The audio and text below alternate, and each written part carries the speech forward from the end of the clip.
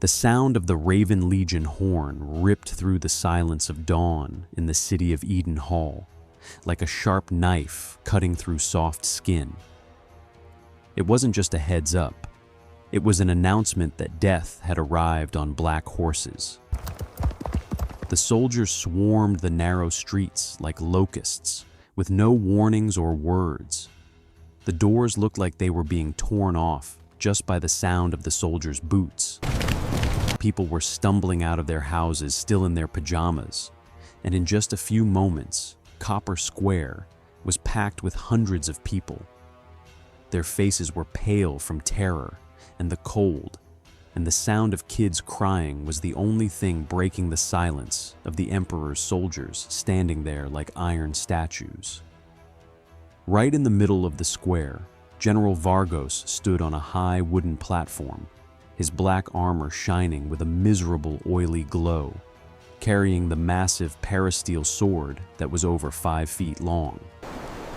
He slammed the platform with his sword so hard it made everyone jump, and he screamed in a raspy voice that sounded like rocks grinding together in his throat. "By the order of Emperor Sigmund, anyone who wants to live one more minute, listen to what I gotta say. The Black Mountain needs a jailer for the one living at the peak. This job isn't for just anyone. It's for someone who sold their soul to the devil, someone with a heart of stone who doesn't know the meaning of fear. Whoever goes will live like a king. 10 bars of pure gold. And all of that just for one single year of living as a jailer up there." People started backing away as if the Black Mountain was standing right in front of them. Everybody knows that mountain is a cemetery for the living. The rocks there move, and the wind makes people lose their minds. In the middle of that dead silence, I slowly raised my hand. "I'm Aryan, the guy who spent his whole life hauling mine rocks until his back was bent, but his heart stayed solid." The crowd cleared a path for me, and their looks were a mix of pity and shock, like they were saying goodbye to a man walking to his own hanging. I got close to the platform and looked Vargos right in the eye. "I'm your jailer, General, but that gold you mentioned isn't enough for someone going to hand his soul over to the Grim Reaper. I ain't moving from here for less than 20 bars of pure gold. 10 right now, and 10 when I get back, if the mountain lets me come back." Vargos let out a cold laugh that shook his armor, and he tossed me a heavy cloth bag that landed at my feet with the clink of gold that charms people's hearts. He said, "Greedy, and that's exactly what's needed at the Black Mountain. Here's the gold, and wait for me tomorrow at dawn at the Serpent's Pass. 'Cause the mountain doesn't like latecomers." I went back to my shack with the gold feeling heavy in my hand, like burning coals. I stepped into the room that smelled like consumption, dampness, and an endless amount of pain. Lara, the sun of my life that had gone dark, was lying on the bed. Her face, which used to be bright and full of life, had become pale and thin to the point where her cheekbones looked like they were carved out of wax. The tuberculosis was eating her lungs, and every breath she took came out with a rattling sound that broke my heart into 100 pieces. I sat down next to her and grabbed her hand, which was burning up from the fever. She opened her eyes, which were the color of a clear sky, and looked at me with a weakness that could crush mountains. "Aryan, what's the price of this gold?" Her voice barely came out, exhausted and hoarse. I told her while swallowing hard and trying to smile for her. "I brought you the cure, Lara. Tomorrow the healer will come with the most expensive medicines, and you'll eat the best food, and you'll get up and walk in the light again. I got a job with the Emperor. I'll be gone for a bit and come back to you with the rest." Lara cried silently, her tears washing over her pale face. "The Black Mountain, Aryan, you sold your soul to monsters for the sake of a body being prepared for the grave? I'd rather die with you by my side than live knowing you're burning in the fire of the peak." I wiped her tears and told her in a strong voice despite the pain, "You ain't a corpse, you're my life, and that mountain is just rock. I'll tame it and come back to you. This gold is safe with our neighbor. He'll spend it on you every day." I spent the night by her side, holding her hand and telling her about our old dreams until the dawn started breaking and the sky turned the color of a wound. I kissed her head while she was sleeping and walked out feeling like my soul was being pulled out of my body with every step I took away from the house. The road to the Black Mountain wasn't just a walk, it was concentrated torture, testing a human's ability to hold on. The rocks were black and jagged like daggers coming out of the earth to stop anyone from getting close to the secret locked up top. The air started getting so cold that my breath was coming out like smoke from a fire, and the fog was wrapping around us like a shroud getting ready to bury us at any moment. The soldiers with me, 2 guys with closed-off faces and no expressions, wouldn't stop with the scary talk just to freak me out even more. You know, Aryan, the jailer before you, we found him as a pile of bones at the bottom of the valley. There wasn't one piece of him left whole, like he threw himself off in a rush just to escape what he saw up there. One of them said that while laughing a spiteful laugh that made my skin crawl. After 3 days of pure hell, we reached Old Raven's Peak. The prison wasn't a building. It was a massive, terrifying gap in the mountain rock, closed off with iron bars. In front of it was a tiny wooden shack, and that's where I was going to live.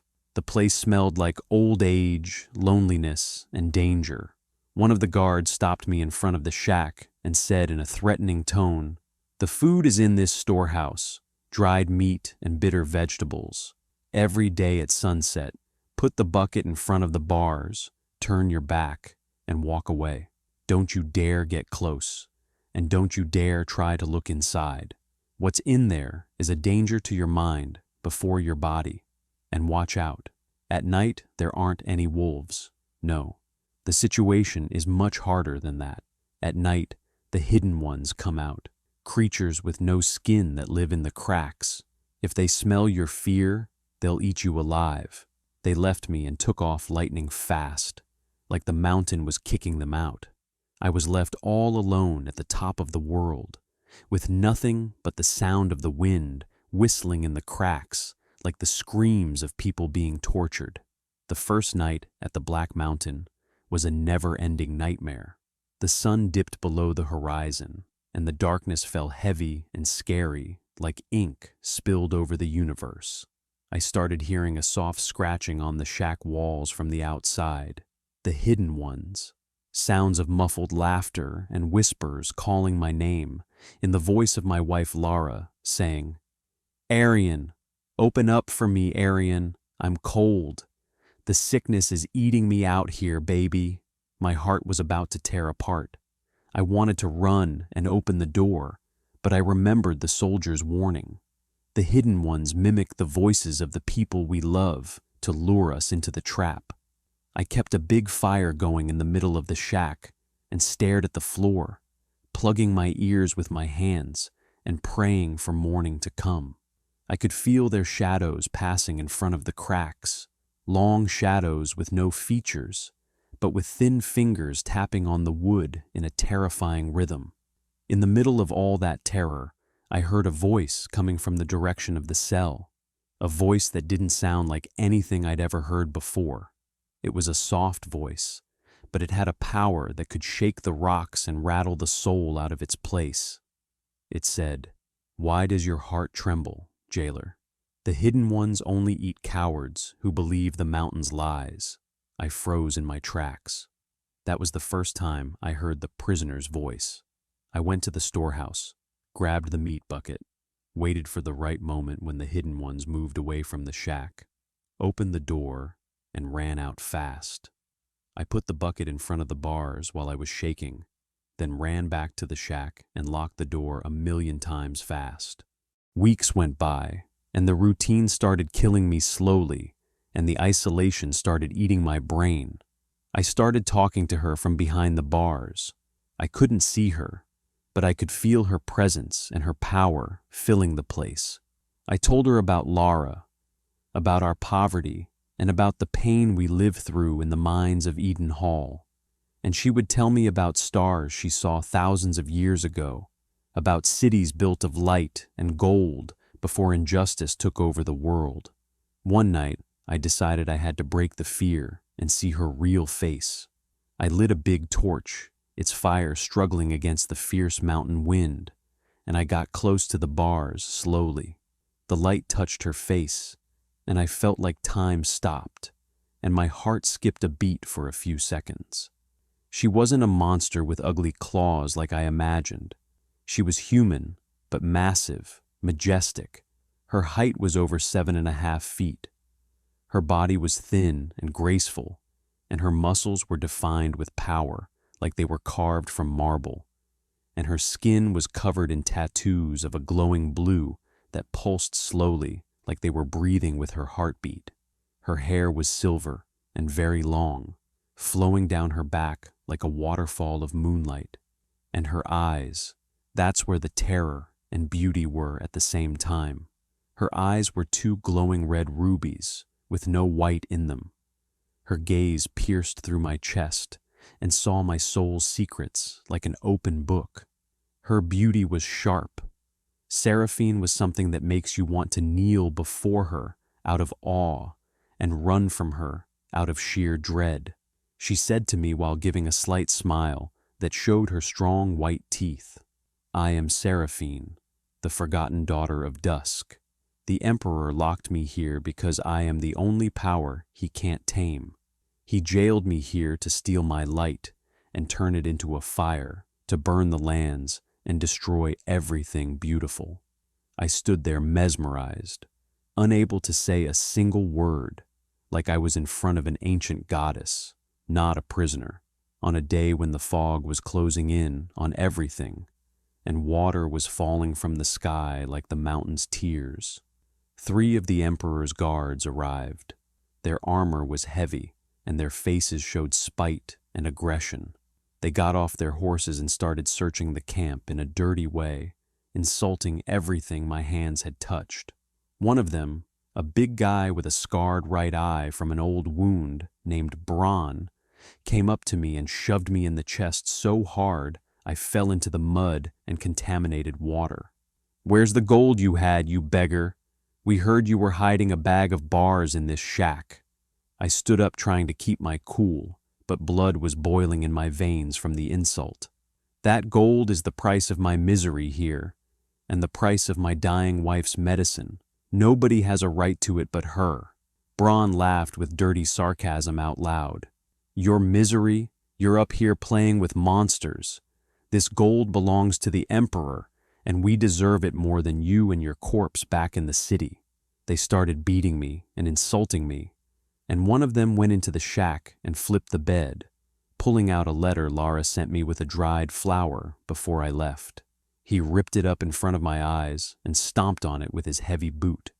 At that moment, I lost my mind. I couldn't see anything except Lara being insulted in her most precious possession. I lunged at Bron with all my strength, and as he backed up in surprise, his foot tripped on a rock at the mountain's edge. He grabbed my clothes to save himself, but I pushed him away from me with a muffled scream of despair. He fell off the peak, and the sound of his scream kept echoing in the valley until it cut off suddenly with the sound of his body hitting the rocks below. The other 2 guards' faces flipped from shock to black spite in a second. "You killed one of the Emperor's soldiers, Aryan? I swear we're going to let the worms eat your body while you're still awake." They drew their swords and started slowly surrounding me. I ran as fast as I could toward the cell. I had no other escape except the power I was afraid of. I pulled out the key the commander left me for emergencies, opened the gate, went inside, and locked the iron bolt behind me while panting in terror. Inside the cell, Saraphene was standing at her full majestic height, her eyes glowing with a mighty rage that shook the corners of the stone cave. And she said, "Step back, Aryan. It's time for this farce to end." The 2 guards broke the outer bars and came in after me, cursing with the dirtiest words. But as soon as they saw her in the full light, they froze in their tracks like they turned to stone. The majesty and power coming off her were choking their breath and paralyzing their movement. One of them tried to raise his spear and stab her in desperation, but Saraphene, with a move faster than imagination, reached out and grabbed the spear, snapping it like a piece of dry straw. With her other hand, She hit the guard once in the middle of his chest. The blow sent him flying to the back of the vault. His body hit the solid rock, and the sound of his bones breaking rang through the whole place, and he died instantly with his eyes wide from terror. When the third guard saw his buddy get erased in a second, his sword dropped, and he turned and ran outside, screaming hysterically. He jumped on his horse and flew through the fog, and I couldn't stop him before he disappeared. I just stood there, shaking, and not processing what had happened in minutes. Saraphene looked at me and said in a voice that shook the mountain's core, "He escaped. He will tell Emperor Sigmund, and they will come with an army of shadows to tear this mountain down over our heads and to get revenge on every living thing." I fell to my knees, completely breaking down, tears washing my dusty face, and I said, "Lara, they're gonna go to Lara and kill her to get revenge on me. I've lost her, Saraphene." And after thinking, I told her, "Please, help me save my wife. I freed you from your prison. I was the jailer who loved you, not the one who wronged you." I begged her with all the strength I had left. Saraphene slowly got close to me, touched my shoulder with her warm hand that was putting off unnatural heat, and I felt a massive energy running through my body, erasing my exhaustion and fear in an instant. She looked at me with her red eyes that started glowing with a sudden and strange kindness and said, "You freed me from the prison of darkness, Aryan, and now I will show you how empires burn when the queens of dusk wake up.